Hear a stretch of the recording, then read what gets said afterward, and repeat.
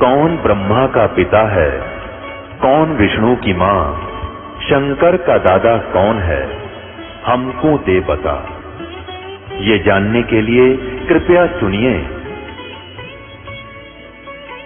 जगत गुरु तत्वदर्शी संत रामपाल जी महाराज के अमृत वचन सर्व पवित्र धर्मों के पवित्र शास्त्रों के आधार पर।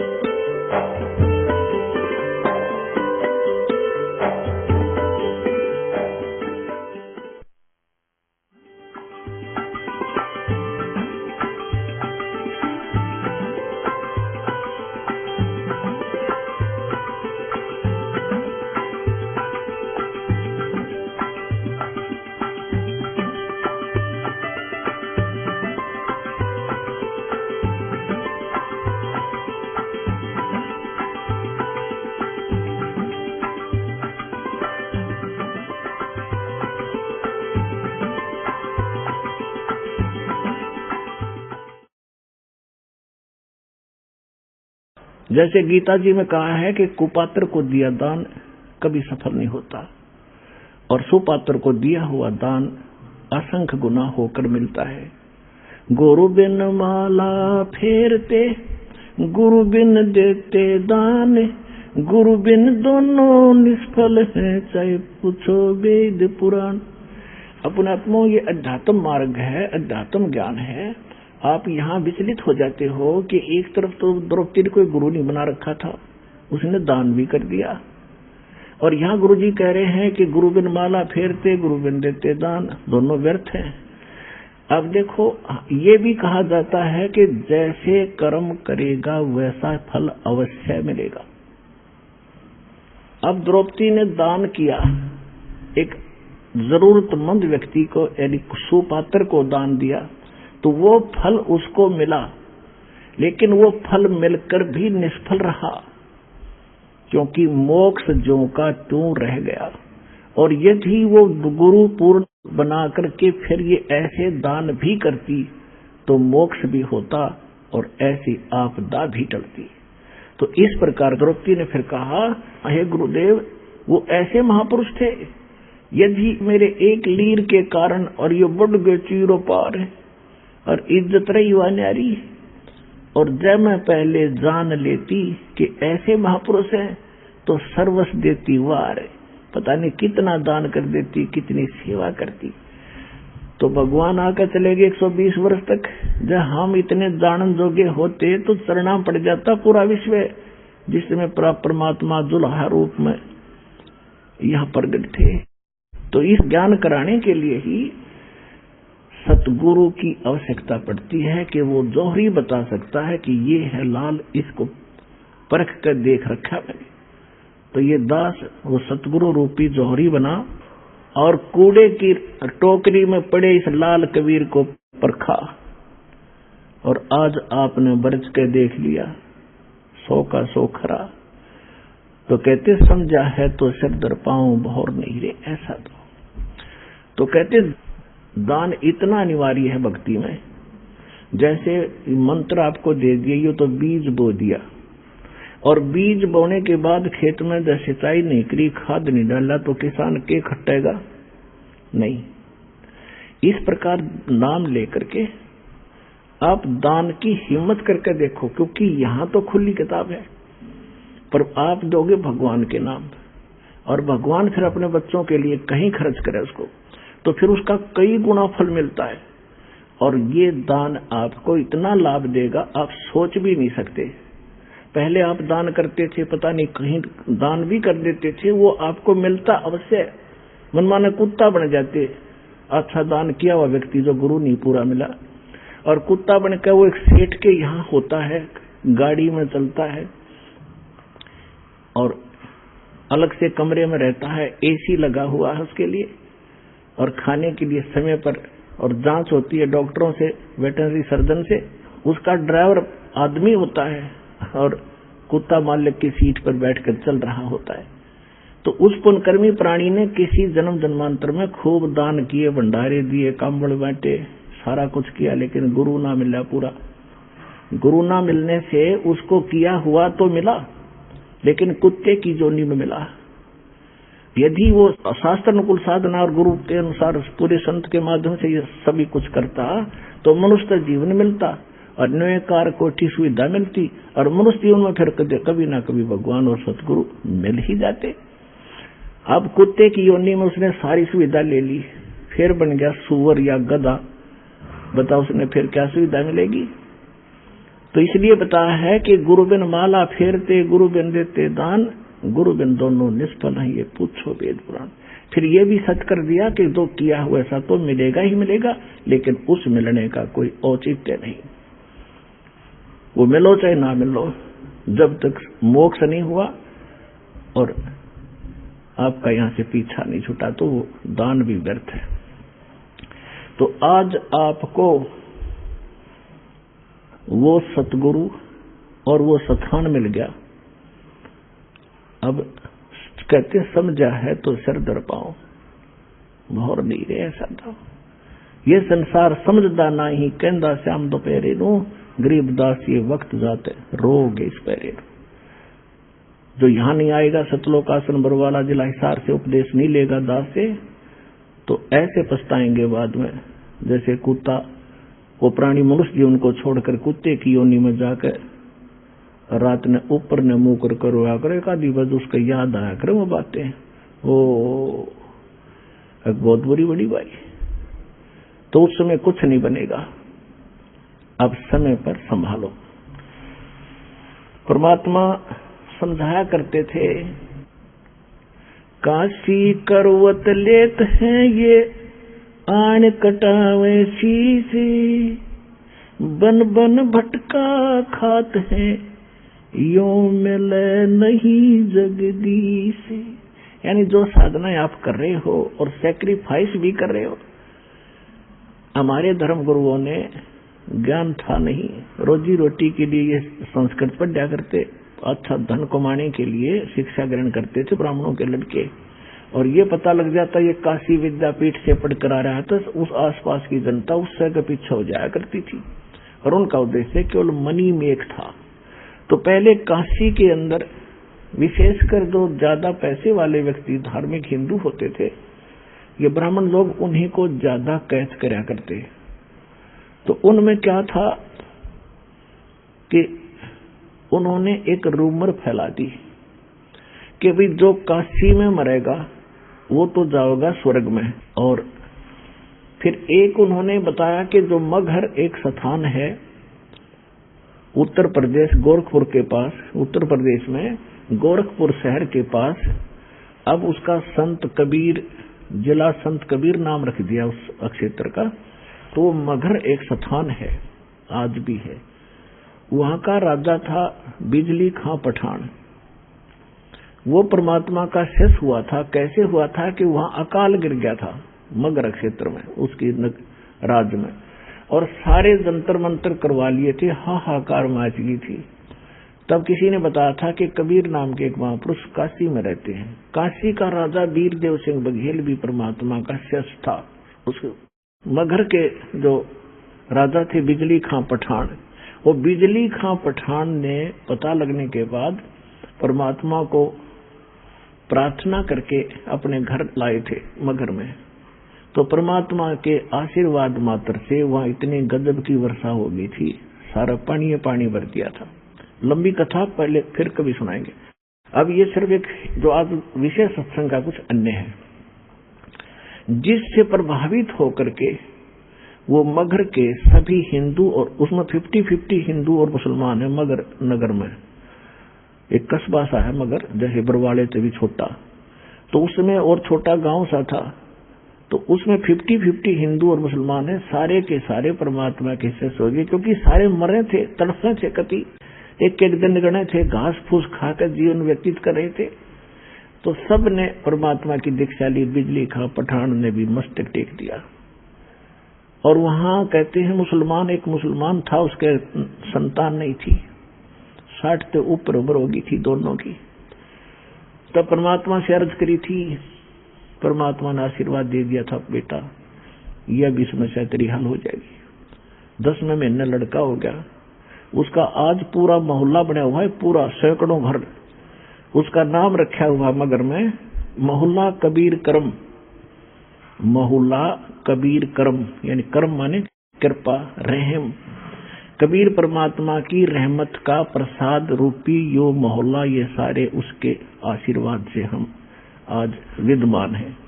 हम गए थे वहां पर, हम वहां गए थे, अब 2-3 बार देखकर आए, संगत को भी लेकर गए ताकि आने वाले समय में वो प्रत्यक्ष दृष्टा मेरे साथ गए थे भक्त, अपने भाई बहनों को विश्वास दिलाएंगे कि सचमुच ऐसा है, हम देख कर आए थे। तो वो बिजली खां पठान उनका शेष हो गया। और काशी के जो पंडित जी थे, इन ब्राह्मणों ने एक अफवाह फैला रखी थी कि जो मगर मरेगा वो गधा बनेगा, क्योंकि उस मगर की पृथ्वी को भगवान शंकर जी ने श्राप दे रखा है, वहां जो मरेगा वो गधे की जुन्नी में जाएगा। और साथ में उस मगर के साथ से एक दरिया बहा करती थी, उसका आमी नदी नाम था। अब भी है वो दरिया, अब भी है, लेकिन वो सूखी है, थोड़ा पानी चलता उसमें। तो वह कति सूख गई थी। कहते हैं भगवान शिव ने उसको श्राप दे दिया, उसका पानी खत्म कर दिया। ठीक है, अब वो सूखी पड़ी थी, उस मगर के नीचे का पानी खराब है, वहां नहीं था उस समय। तो ये समस्या उनको बनी रहती थी। उधर से परमात्मा कहा करते थे कि भाई जो आपके धर्मगुरु कह रहे हैं कि जो मगर मरेगा वो गधा बनेगा और नरक में जाएगा, और जो काशी में शरीर छोड़ेगा वो स्वर्ग में जाएगा। परमात्मा कहा करते थे कि भाई पुण्य करने वाला और पूरे गुरु से जो मंत्र लेकर शास्त्र अनुकूल साधना करने वाला, वो कहीं पर भी मरो वो अपने उस इष्ट धाम में जाएगा। ये आपको भ्रमित कर रहे हैं, झूठ बोल रहे हैं तुम्हारे गुरुजी। तो वहां क्या करते थे, काशी के अंदर इस बात को सिरोधार्य करके हमारे पूर्वजों ने, समझदार व्यक्तियों ने ये सोचा कि भाई मरना तो है, वृद्ध हो गए, और क्यों ना हम काशी में चले जावा, काशी क्षेत्र में, बनारस में, और वहां मृत्यु हो जाए तो स्वर्ग तो चले जाएंगे। तो उन्होंने अपने बच्चों से कहा कि बेटा हम वृद्ध हो गए, हमारी व्यवस्था कर दो, हम वहां रह लें धर्मशाला वगैरह में, और कभी भी प्राण छूट जाएंगे हम स्वर्ग तो चले जाएंगे। तो माता पिता के लिए बच्चे कुछ भी करने को तैयार होते हैं। उनको मालूम है कि इन्होंने तुम्हें कैसे पाला पोसा है, और ये 2 वर्ष 4 वर्ष के हैं, इनको वहां छोड़ दिया, धर्मशालाओं में रहने लग गए। फिर उन धर्म गुरुओं से कथाएं सुनते तो वहां रहने लगे। तो उन धर्म गुरुओं ने एक स्कीम बनाई कि भी अपने अपने क्षेत्र के व्यक्तियों को तुम अपने घर रख लो, इनको वहां क्या करेंगे, इनका जो वहां खर्चा होता है वो खर्चा हम ले लेंगे, और ये हमारे यहाँ कथा भी सुनते रहेंगे। 2-4 आदमियों की रोटी बनती है, 2 ये भी खा लिया करेंगे। तो उन्होंने ऐसा उन बुजुर्गों के बच्चों से कहा कि भाई तुम इन अपने माता पिता को हमारे घर छोड़ दो, अपने अपने धर्म गुरुओं के पास छोड़ दिया, और जो दान दक्षिणा आप देना हमें देते रहना। तो उन्होंने तो खुश हो गए, भाई ठीक है, रोज कथा सुना करेंगे, गुरुजी के दर्शन करेंगे। तो उन्होंने उन धर्म गुरुओं ने ये सरदर्द मोल ले लिया। अब एक धर्म गुरु के उस मकान में 50-50 बुढ़े बुढ़िया बैठ गया आके लालच में। अब घर में बूढ़ा बुढ़िया को एक का संभालना मुश्किल हो जाता है, मतलब ये बस की बात नहीं है। उस स्थिति में एक ही बुजुर्ग को संभालना कठिन होता है, और उन्होंने 10-10 20-20 इकट्ठे कर दिए। अब उन्होंने फिर स्कीम बढ़ाई, किया तो बहुत बूढ़ी बनी भाई, ये कितना थूके हैं, कितना मुत्ते हैं, कितना टट्टी कर दिए हैं, बता क्यों कर संगवावा इनने। तो उन्होंने क्या स्कीम बनाई, मीटिंग करी गुप्त कि गंगा के किनारे, गंगा दरिया के किनारे एक आरा लगा दिया, करोत, जो लकड़ी काटने का होया करे, वो आदमी काटने के लिए। और वो उनको गुप्त रख दिया ऊपर, जैसे गुफा सी बना दी और गुफा की आर्च बना दी, आर्च के अंदर से वो कुकरों ऐसे आवे और उन्हें काट कर उल्टा चला जावे। ऐसा उनका कंट्रोल हैंडल थोड़ा 100-150 फुट दूरी पर रस्से बांध कर बना दिया। और फिर उनको मैं एक रूमर फैला दी, अफवाह फैला दी कि भी भगवान की तरफ से करौत आता है और जिन्होंने जल्दी स्वर्ग जाना है उसकी फीस रख दी 50-100 रुपये, कि जो जल्दी गला कटावेगा 100 रुपये में दो, हम फिर दान पुण्य करेंगे इनके जाने के बाद और ये स्वर्ग चले जाएंगे। तो माता पिता ने अपने बच्चों से कहा कि बेटा जल्दी काम बड़े है 100 रुपये में। तो माँ बाप बच्चा ने सोची भाई ठीक है, माता पिता की यही इच्छा है तो कोई बात नहीं। तो हमने वो गल कटवाना भी मंजूर कर लिया परमात्मा पाने के लिए। और वो एक कसाई आरा लगा दिया वहां मानस काटने का, वो भी स्वीकार कर दिया और उसकी तो घड़ी में मांगा दी इन्होंने। तो परमात्मा कहते हैं जहां भी सुनते हैं वही लोग है, काशी में करौत आ गया भगवान की तरफ से, वहां तो गला कटवा ले सीधा स्वर्ग में जाता है।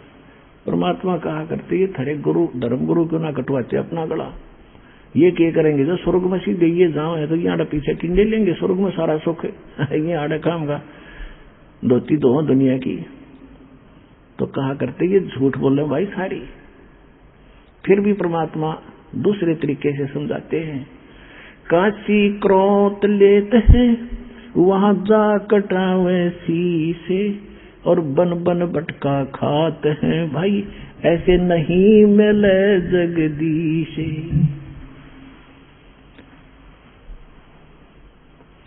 परमात्मा कहा करते ये पंडित ब्राह्मण गुरु यानी सभी ब्राह्मण नहीं, जो ब्राह्मण कर्म करते हैं, जो गुरु पद पर विराजमान है, उनके लिए कहा करते थे कि भाई ये आपके जो मंडलेश्वर हैं गुरुजी हैं ये सारे झूठे हैं, इनको ज्ञान नहीं है। और भाई अगर मगर मरने से यदि नरक में जाता है प्राणी तो मैं मगर मरूंगा। अनाउंसमेंट करवा दी परमात्मा ने कि भी इस दिन मैं मगर मरूंगा और उसके लिए प्रस्थान कर दिया। 120 वर्ष की आयु थी परमात्मा की उस समय, 120 वर्ष। और 120 वर्ष की आयु में 200 किलोमीटर पैदल चलकर गए। तो कहने का भाव ये है हर एक बात से पता चलेगा वो क्या थे।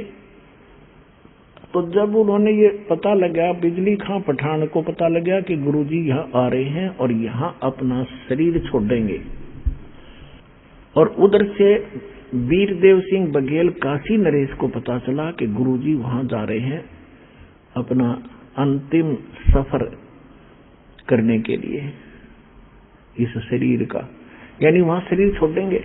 तो वीरदेव सिंह बघेल ने काशी के नरेश, वो हिंदू था, और बिजली खां पठान जो है वो मुसलमान था।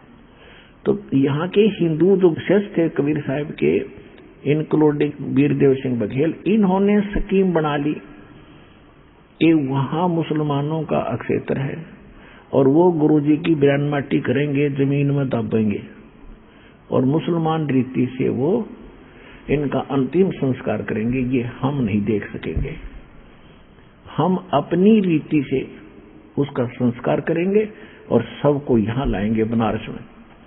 यदि सीधे हाथों बिजली खां नहीं मानेगा तो युद्ध करके लाएंगे। इस उद्देश्य से सेना साथ ले ली और वो से दर्शकों की दक्कन है ना कितने चाल पड़े। बिजली खां पठान को पता चला, सबकी व्यवस्था की, परमात्मा पहुंच गए। तो बिजली खां पठान ने कहा कि भगवान यहाँ पर एक सबसे बड़ी समस्या हमारे लिए ये है कि यहाँ कोई जल नहीं है और आदमी गणे आगे, चारों तरफ से दर्शक भी आगे हैं, इनके नहाने और धोने की व्यवस्था नहीं हो पाएगी। बाहर से कुछ जल मंगा रखा है, केवल पीने की व्यवस्था हम कर पाए हैं। परमात्मा ने कहा कि मैं पहले बहते जल में स्नान करूंगा और फिर मैं शरीर छोड़ूंगा। तो बिजली खां पठान ने बताया कि महाराज यहाँ साथ में भगवान एक आमी नदी बह रही है, बहा करती थी, अब सूखी पड़ी है। भगवान शंकर ने इसको श्राप दे रखा है, इसमें जल एकदम खत्म हो गया हम भी बड़े दुखी हैं। तो परमात्मा ने कहा कि चलो मैं चलता हूं, दिखाओ मुझे कहाँ है। जिस स्थान पर परमात्मा ने शरीर छोड़ने का निर्णय किया था उससे 400-200 फुट 300-400 फुट की दूरी पर वो दरिया खाली पड़ी थी। तो परमात्मा वहां चले, साथ में सब दर्शक, और कबीर साहब वहां देखकर किनारे पर खड़े हो गए। खड़ा होकर के ऐसे इशारा कर दिया जैसे ट्रैफिक का सिपाही ऐसे हाथ कर देता और सारी ट्रैफिक भाग लेती है।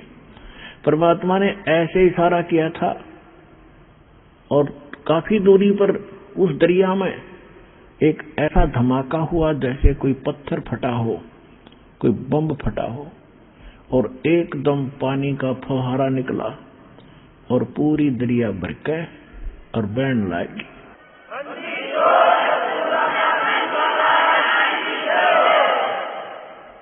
ऐसा निर्मल जल सतलोक से भेजा भगवान ने। वो तो बहाना था, खुड़के दुड़के जाते। तो फिर सब ने स्नान किया और नहाए धोए। परमात्मा ने कहा कि भाई बिजली खां पठान, एक चद्दर नीचे बछाओ, इस पर लेटूंगा, एक चद्दर में ऊपर ओढ़ूंगा।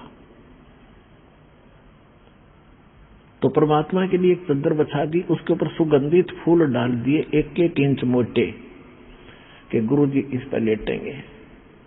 तब परमेश्वर ने पूछा कि बिजली खां पठान, कि बिजली खां पठान मुसलमान भी अपनी सेना लाकर खड़े कर रहना 100 फुट की दूरी पे, और वीरदेव सिंह बघेल काशी का हिंदू राजा वो भी 100 फुट दूसरी साइड में पूरी सेना की सतर्क खड़ी, अपने हथियार में जकड़े हुए, और दर्शक बीच में बैठे।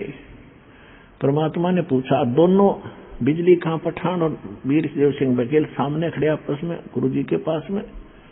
परमात्मा ने उनकी तरफ नजर करके कहा कि भाई ये सेना किस लिए लाए हो तुम दोनों?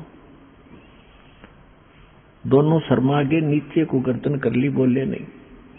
तो दूसरे लोग होते हैं हिंदू मुसलमान, तो मुसलमान कहने लगे जी आपकी मृत्यु के उपरांत हम आपके सबका अंतिम संस्कार मुसलमान रीति से करेंगे, अगर ये हिंदू नहीं मानेंगे तो हम उनके साथ युद्ध करेंगे। हिंदू कहने लगे हम इनको मुसलमान रीति से ये अंतिम संस्कार आपका नहीं करने देंगे, और ये नहीं मानेंगे तो सेना इसीलिए ला रखी है कि हम युद्ध करके जबरदस्ती ले जाएंगे। पुणात्माओं, उस समय भविष्य वक्ताओं ने ये भविष्यवाणी कर रखी थी कि इस वर्ष में एक भयंकर ग्रह युद्ध छिड़ेगा और बहुत जन हानि होगी। अब परमात्मा ने वो कहर टालना था। यदि मालिक समर्थ ना होते तो लड़का मर जाते, हिंदू और मुसलमान कत्लेआम हो जाता। परमात्मा ने कहा कि खबरदार, जब तुमने जरा सा भी झगड़ा किया, जब तुमने झगड़ा किया, दोनों को 3 तलाक, हिंदू और मुसलमानों को 3 तलाक मेरा। फिर भी सुन लो, मेरे शरीर को चाहे 2 भागों में बांट लेना बेटा, तुम लड़ियो ना, मेरा काला मुंह हो जाएगा। अब वो ऊपर से तो सब हाँ भर रहे थे, अब ठीक है जी, लेकिन अंदर से ये था कि एक बार शरीर छोड़ दें गुरुजी, फिर हम आप देख लेंगे। अब वो तो अंतर्यामी थे, सारे जाने थे इनमें केक को बदबरी पड़ी है। एक चद्दर नीचे बिछी थी, लेट गिरे, एक ऊपर ओढ़ ली। कुछ देर के, कुछ ही सेकंड के बाद परमात्मा ने ऊपर आकाश में जा रहे थे, शरीर जा रहे थे, वहां से आकाशवाणी की कि भाई उठा लो चद्दर, हटा दो पर्दा, इसमें नहीं है मुर्दा। इतनी जोर की आवाज आई, गुरुजी की आवाज। ऊपर देखा सबने कि परमात्मा तो वो जा रहे हैं, वो जा रहे हैं, कितना तेज शरीर है उनका। और चद्दर उठा के देखा, जितना शरीर था उतने सुगंधित फूल बन गए उस मालिक के पूरी। वो तो मालिक लीला थी, सह शरीर चले गए।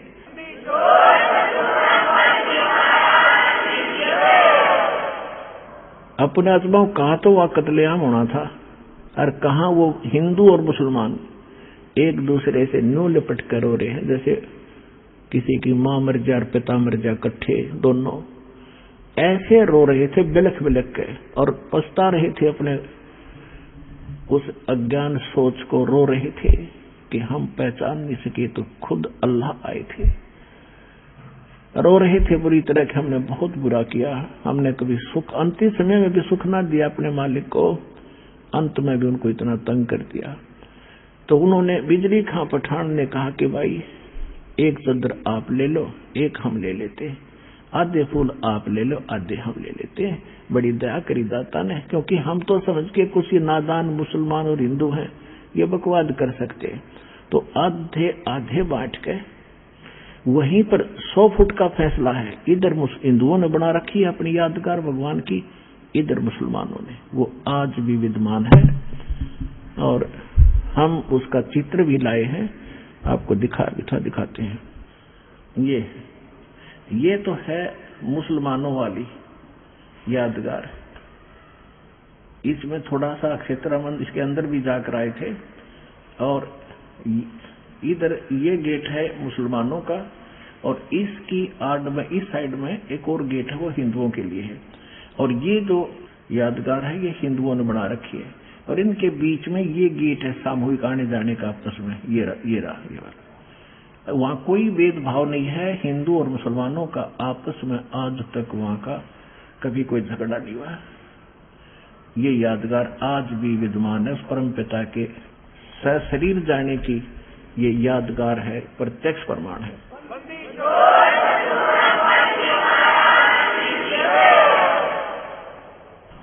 अपनात्मा बिजली खां पठान ने 500 बीघा जमीन हिंदुओं की यादगार के नाम दे दी वहीं पर, और 500 बीघा दे दी मुसलमानों को।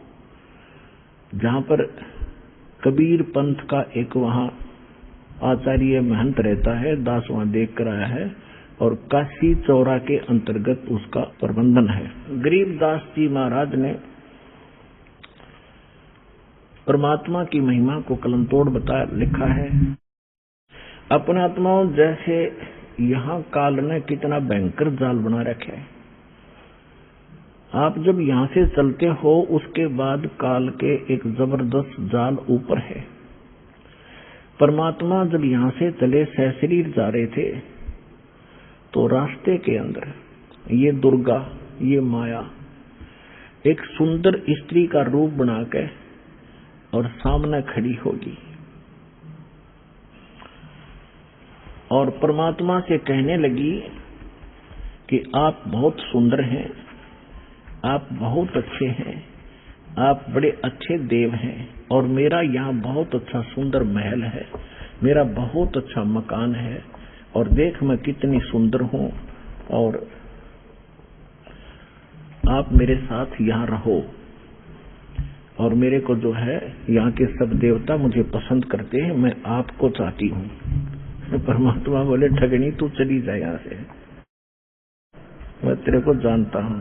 अब जब वहां से परमात्मा काशी से चले मगहर के लिए, उस समय की वाणी है, कीन्या मगर पिया ना सतगुरु, कीन्या मगर पिया ना सतगुरु, कीन्या मगर पिया ना हो, दोनों दीन चले संग जाके हिंदू मुसलमान हो, दोनों दीन चले संग जाके हिंदू मुसलमान हो। पयाना माने प्रस्थान, काशी से मगहर के लिए प्रस्थान किया, उस समय की वाणी बता रहे हैं। कीन्या मगर पिया ना सतगुरु, कीन्या मगर पिया ना सतगुरु, कीन्या मगर पिया ना हो, दोनों दीन, दोनों धर्म हिंदू और मुसलमान, दोनों दीन चले संग जाके हिंदू मुसलमान ना हो। भाई मुक्ति खेत को छोड़ चले हैं, मुक्ति अक्षेत्र, जैसे काशी के ब्राह्मण कहा करते कि इस अक्षेत्र में जो मरेगा मुक्त होगा। परमात्मा कहते थे, मैं तुम्हारे इस मुक्ति क्षेत्र ने छोड़कर वहां मरूंगा जहां तुम कहते हो गधा बनेगा, और तुम हिसाब ला लियो मैं कहा जाऊंगा, देख लेना। तो मूर्ख बना रहे हो जनता को। भाई मुक्ति खेत को छोड़ चले हैं, वो तज काशी अस्थाना हो, मुक्ति खेत को छोड़ चले हैं, तज काशी अस्थाना हो, साहा सिकंदर कदम लेत है, साहा सिकंदर कदम लेत है, बादशाही सुल्ताना हो। दोनों दीन चले संग जाके, हिंदू मुसलमाना हो। दोनों दीन चले संग जाके, हिंदू मुसलमाना हो। भाई 4 वेद के वक्ता संघ है, वो ब्राह्मण है, 4 वेदों के वक्ता। भाई 4 वेद के वक्ता संघ है, वो खोजी बड़े बयाना हो। सालग राम सुरत से सेवे, सालग राम सुरत से सेवे, वो बाचे पोथी पाना हो। दोनों दीन चले संग जाके, हिंदू मुसलमाना हो।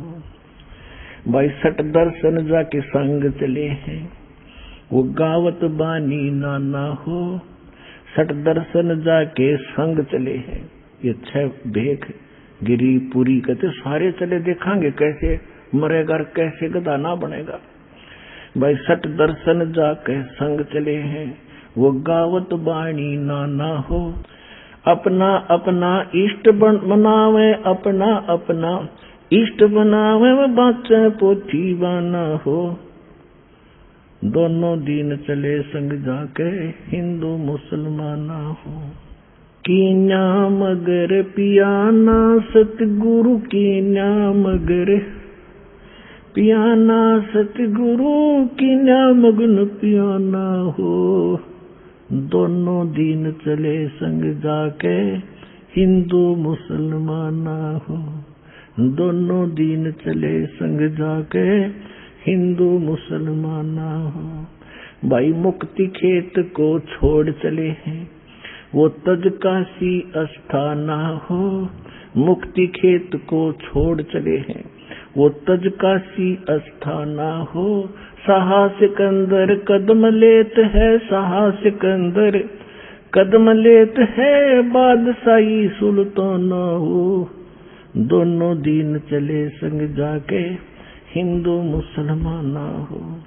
भाई 4 वेद के वक्ता संग हैं, वो खोजी बड़े बयाना हो। सालग राम सुरत से सेवे, सालग राम सुरत से सेवे, ज्ञान समुद्र दाना हो। दोनों दीन चले संग जाके, हिंदू मुसलमाना हो। भाई 6 दर्शन जाके संग चले हैं, वो गावत बाणी नाना हो। अपना अपना इष्ट संभाले, अपना अपना इष्ट मनावे, वो बाचे पोथी पाना हो। दोनों दीन चले संग जाके, हिंदू मुसलमाना हो। भाई चादर फूल बिछाए सतगुरु, चादर फूल बिछाए सतगुरु, वो देखे सकल जिहाना हो। 4 दाग से रहत दुलाहा, 4 दाग से रहत दुलाहा, अवगत अलख अमाना हो। दोनों दीन चले संग जाके, हिंदू मुसलमाना हो। दोनों दीन चले संग जाके, हिंदू मुसलमाना हो। भाई वीर सिंह बघेल लाग करे बेनती, वीर सिंह बघेल लाग करे बेनती, वो बिजली खान पठाना वो। 2 चादर बख्शीश करी है, 2 चादर बख्शीश करी है, दीना ये परवाना वो। दोनों दीन चले संग जाके, हिंदू मुसलमाना हो। भाई नूर नूर निर्गुण पद मेला, वहां देख बहे हैराना हो। पदलोलीन बहे अविनाशी, पदलोलीन बहे अविनाशी, वहां पाया पिंड न प्राणा वो। दोनों दीन चले संग जाके, हिंदू मुसलमाना हो। भाई शब्द स्वरूप साहेब सरबंगी, वो शब्द समाना हो। दास गरीब कबीर अर्थ में, उसके फर्क ध्वजा निशाना वो। दोनों दीन चले संग जाके, हिंदू मुसलमाना हो। जब परमात्मा ऊपर जा रहे थे तो दुर्गा एक सुंदर युवा औरत का रूप बना के और वहां खड़ी होगी सामने जाके। देखा मगर जहूरा सतगुरु, देखा मगर जहूरा हो। भाई काशी में कीर्ति कर चाले, वो झलमल देही नूरा हो। काशी में कीर्ति कर चाले, झलमल देही नूरा हो। माया आद अर्श से उतरी, अर्श माने आसमान से, आदि माया ये दुर्गा। माया आद अर्श से उतरी, वो बनी अप्सरा हूरा हो। हम तो बरे कबीर पुरुष को, हम तो बरे कबीर पुरुष को, तू है दुल्ला पूरा हो। काशी में कीर्ति कर चाले, वो झलमल देही नूरा हो। माया कहे कबीर पुरुष से, मेरा देखो बदन जहूरा हो। अर्श विमान स्वर्ग में मंदिर, मंदिर माने महल। अर्श विमान स्वर्ग में मंदिर, ये भोगे हमको सूरा हो। काशी में कीर्ति कर चाले, वो झलमल देही नूरा हो। कहे कबीर सुनोरी माया, कहे कबीर सुनोरी माया, तुम कुटिल नजर क्यों घूरा हो। जिन भोगी सोए कल रोगी, जिन भोगी सोए कल रोगी, वो होगे धूरम धूरा हो। काशी में कीर्ति कर चाले, वो झलमल देही नूरा हो। माया कहे कबीर पुरुष से, माया कहे कबीर पुरुष से, मैं हूँ जग से दूरा हो। कि मैं ऐसे स्थान पर रहती हूँ, मुझे कोई नहीं देख सकता वहां पर। माया कहे कबीर पुरुष से, मैं हूँ जग से दूरा हो।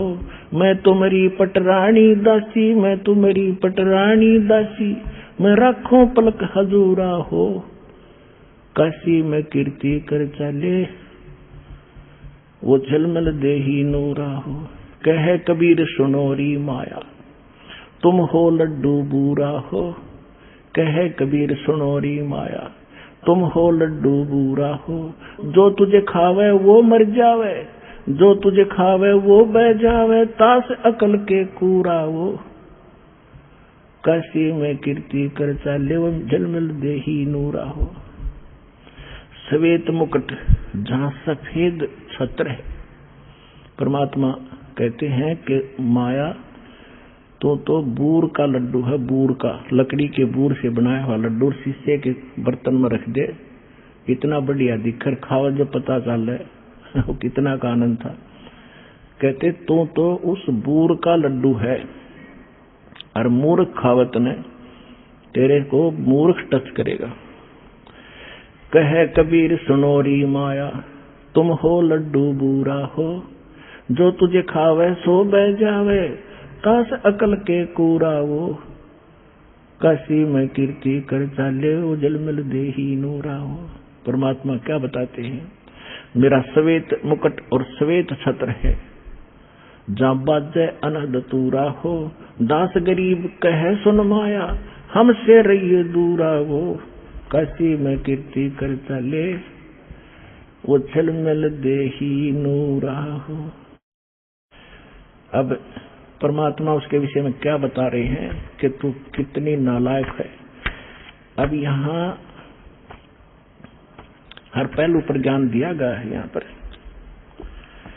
कबीर साहब क्या बताते हैं, गरीबदास जी ने अपनी वाणी में बताया है कि बदनारी लंगर कामनी, ये बोले मधुरे हेत, फेंट पड़े छोड़े नहीं, क्या मगहर कुरुक्षेत। बदनारी लंगर कामनी, या बोले मुद्रे बोले, फेंट पड़े छोड़े नहीं, या काटे घूंघट झोले। बदनारी लंगर कामनी, या बोले मुद्रे बोले, कोई साधु उबरे, ये मुनिजन पिए गोले। बदनारी लंगर कामनी, जामे अनगण खोटे, फांसी डारे बहा कर, ये करे लाख में चोटे। बदनारी लंगर कामनी, या बोले मुद्रे बहने, जाको नहीं पति जी ये घूंघट घट में सैने, बदनारी लंगर कामनी या बोले मुद्रे बहने, जाके पास न बैठियो जाका कैसा देने। सतगुर हेला देते हैं सुनियो संत सुजाने, बदनारी पास न बैठियो बदनारी आई खान। नैनो का गिरबाहा करिए खाए लिए हंस, हाथों में दिला के ये डोब दिए कुलबंस। उल्टी मांग भराए करिए मंजन करहे गाते, मिठी बोले मगन होए ये लावे बहुविध घात। माया काली नागनी ये अपने जाए खाते, कुंडली में छोड़े नहीं सो बाता की बात। अब बदनारी काली नागनी ये देखत ही डस खाए, बोले से तब खंड हुए पर से सर्वस जाए। अपना आत्माओं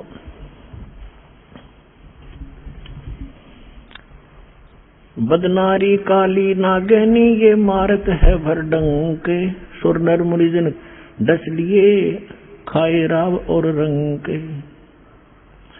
बदनारी काली नागनी ये मारत है भरडंक, शब्द गारडू जो मिले जाको नाही संके। अब क्या बताया है कि निकम्मी औरतों को परमात्मा ने कैसे बिसराया है, उसके दोष बताए हैं। इसके साथ साथ अच्छी बहन बेटियां हैं, उनकी कितनी कलम तोड़ महिमा गाई है। कहते नारी नारी क्या करे एक मैली एक पाक, पाक माने पवित्र, एक मैली, मैली जो कैरेक्टरलेस और पाक जो है अपनी नेक नीति से चलने वाली। नारी नारी भेद है एक मैली एक पाक, जा उदर दुर उपजे जाकी भरिए साखे। कि वह भी माँ थी, वह भी नारी थी जिसके पेट से धरु जैसे महापुरुष का जन्म हुआ। तो ऐसी माई को कहते हैं उसकी साख भरिए कि ऐसी माँ होनी चाहिए, ऐसी नारी होनी चाहिए। कामनी कामनी भेद है एक मैली एक पाख, जा उदर प्रहलाद थे जाको जोड़ू हाथ। कि वह भी नारी थी जिसके उदर से प्रहलाद जैसे भक्त हुए। कामनी कामनी भेद है एक उज्जवल एक गंदे, जा माता प्रणाम है जा उपजे भरतरी गोपी चंदे। कामनी कामनी भेद है एक हीरा एक लाले, दत्त गोसाई अवतरे अनसुईया के नाले। कि वो भी नारी थी अनसुईया जैसी महानात्मा, और दत्तात्रेय जैसे महापुरुष का जन्म हुआ, वो नेक नारी थी।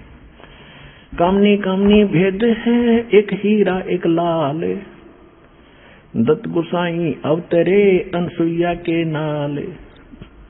कामनी कामनी भेद है एक रोजम एक हंस, जनक विधेयी अवतरे धन माता कुल वंश।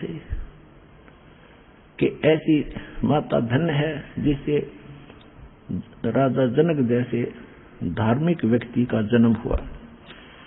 नारी नारी क्या करे नारी कंचन कूपे, नारी सेती उपजे नामदेव से भूपे। नामदेव जैसे महापुरुष जिस माँ से जन्म हुआ, तो उस नारी में और निकम्मी नारी में कितना अंतर है। नारी नारी क्या करे नारी बहुगुण भेव, जा माता कुर्बान है जा उपजे सुखदेव।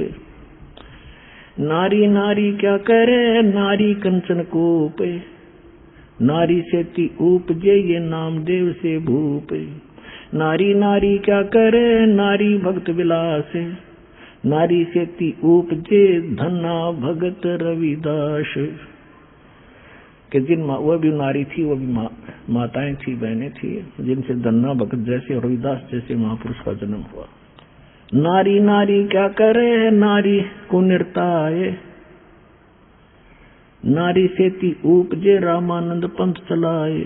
नारी नारी क्या करे नारी नर की खाने, नारी से ती उपजे है नानक पद निर्वाण। के नानक जी जैसे महापुरुष भी नारी से ही जन्म हुआ है, यानी उसमें भेद बता रहे हैं अच्छी और बुरी में। नारी नारी क्या करे ये नारी सरगुण बेल, नारी से ती उपजे दादू भगत हमेले। नारी नारी क्या करे नारी का प्रकाश है, नारी से ती उपजे ये नारद मुनि से दास है। गरीब नारी नारी क्या करे नारी निर्गुण नेश, नारी से ती उपजे ये ब्रह्मा विष्णु महेश। गरीब नारी नारी क्या करे ये नारी मूला माए, ब्रह्म जोगनी आज है चरण कमल लो लाए। अब यहाँ ये बताया है कि जो अच्छी हैं उनकी आदर करने के लिए कहा है, वो आदरणीय है। तो पुण्यात्माओं, परमात्मा की लीला से आपको पता चलेगा कि हम कहाँ खड़े थे, किन भगवाना के गुण गाया करते थे हम। तो इस प्रकार हमने परमात्मा की महिमा को समझना है पुण्यात्माओं। जब तक हम भगवान को अच्छी तरह नहीं समझेंगे तो अभी तक हम अपना जीवन नाश कर ही रहे थे, और कोई भी आकर हमें डगमग कर देगा। इसलिए हर पहलू पर प्रत्येक सत्संग में कोई न कोई आपको कथा सुनाई जाती है, जिससे आपको बहुत लाभ होगा। तो पुण्यात्माओं, अभी तक जो ये धारणाएं गलत थी हमारी भगवान के विषय में, अब इन सत्संगों से आपकी क्लियर हो जाएगी। ये यथार्थ ज्ञान है, क्योंकि अभी तक हम लोक वेद सुना करते थे कि कबीर साहब एक दुल्हा थे, दानक थे, कहीं पड़े मिले थे, विधवा ब्राह्मणी का हुए थे। हमने कुछ भी सिर पैर परमात्मा का नहीं पता था। तो आंखों देखा उन संतों ने बताया है, और साथ में हमारे सदग्रंथों ने प्रमाण किया है कि परमात्मा पूर्ण ब्रह्म सारी सृष्टि के रचनहार कबीर परमात्मा है। अनंत कोट ब्रह्मांड का एक रति नहीं भारे, सतगुरु पुरुष कबीर हैं ये कुल के सिरजनहारे। हम सुल्तानी नानक तारे दादू को उपदेश दिया, जात दुलाहा भेद न पाया वो काशी माहे कबीर हुआ। तो धन्य भाग आपके पुण्यात्माओं, आपको यह अमर कथा, अमर पुरुष की सत्यनारायण की कथा सुनने को मिली। धन्य है आपके माता जिनसे जन्म हुआ।